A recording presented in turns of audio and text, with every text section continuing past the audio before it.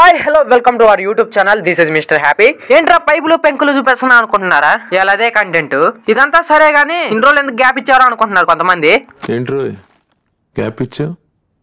ఏవలా వచ్చింది? అదే ఎందుకు వచ్చిందిరా అని అడిగితే దానికి సమాధానం నెక్స్ట్ వీడియోలో చెబుతా. ఇప్పుడైతే మన వీడియోలోకి వెళ్ళిపోదాం. సరే ఇప్పటికైనా చెప్పురా, ఏం చేస్తున్నారు, ఎందుకు చేస్తున్నారా అని అడిగితే మా ఊరు స్కూల్లో పంపు పాడైంది. పంపు పాడైతే నువ్వేం చేస్తున్నావు అంటున్నారా? మా డాడీ గ్రామ పంచాయతీలో చేస్తాడు. సో మా డాడీ ఈ రోజు డ్యూటీకి రాలేదు కాబట్టి నేను మా డాడీ కింద పోయా. ఇదంతా ఓకే, ఎందుకు చేస్తున్నారా అంటే ఆ పంపుకున్న థ్రెడ్స్ పోయాయంట. సో దానిలాగే ఇంకో పంపు ఉంటే దానికి థ్రెడ్స్ బార్ పెడుతున్నారు. అదే విధంగా అందులో ఉన్న రబ్బర్స్ కూడా పోయాయంట.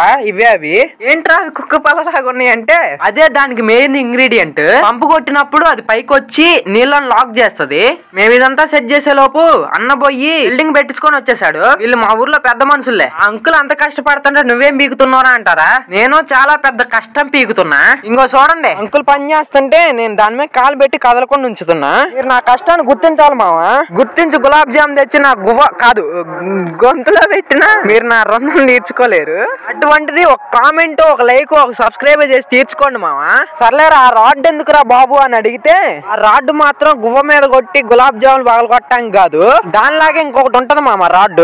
ఆ రెండు రాడ్లు కలిపి ఒక పైప్ ని లేపొచ్చు పైకి. చివరికైతే అంకుల్ పైప్ పెట్టేశాడు. ఆ పంపులో వచ్చే నీళ్లు చూడండి, ఏదో ఫైనల్ స్టేజ్ లో ఉన్న క్యాన్సర్ పేషెంట్ నోట్లో నుంచి బ్లడ్ వచ్చినట్టు వస్తున్నాయి ఆ నీళ్లు.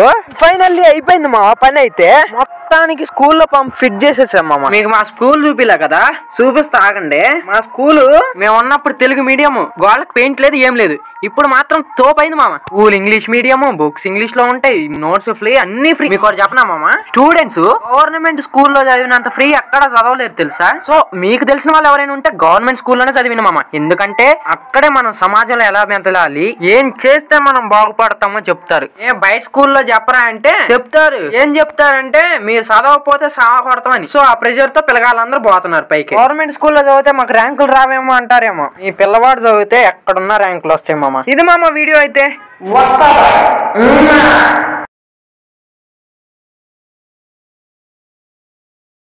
సరే. నాకేమైనా తెలియాలంటే నెక్స్ట్ వీడియో కోసం వెయిట్ చేయండి.